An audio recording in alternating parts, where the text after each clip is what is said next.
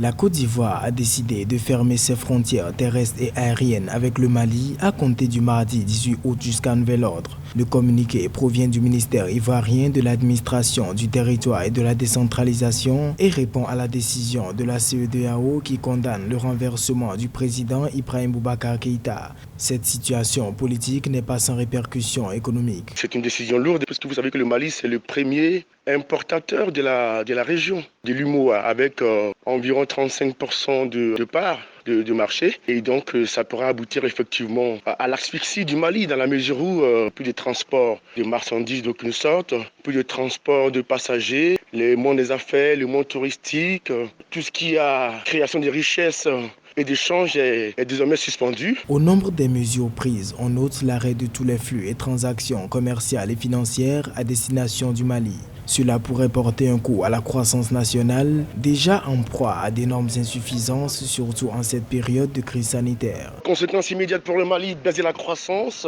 baisse du produit intérieur brut, destruction de milliers d'emplois. Parce que quand vous avez toute une chaîne économique qui est suspendue, qui est arrêtée brutalement, quand une entreprise ne peut pas faire des virements ou bien recevoir de l'argent à partir de ses fournisseurs, c'est la catastrophe. Le Mali s'approvisionne énormément à partir de la Côte d'Ivoire. Si tous les pays de la sous-région se mettent à appliquer les mêmes sanctions au dépôt du bilan du Mali. À la suite d'une mutinerie déclenchée au sein de l'armée malienne, le pays fait face à d'énormes défis, dont celui de prendre en charge son statut économique qui fait déjà les frais d'une sanction venant de l'instance sous-régionale.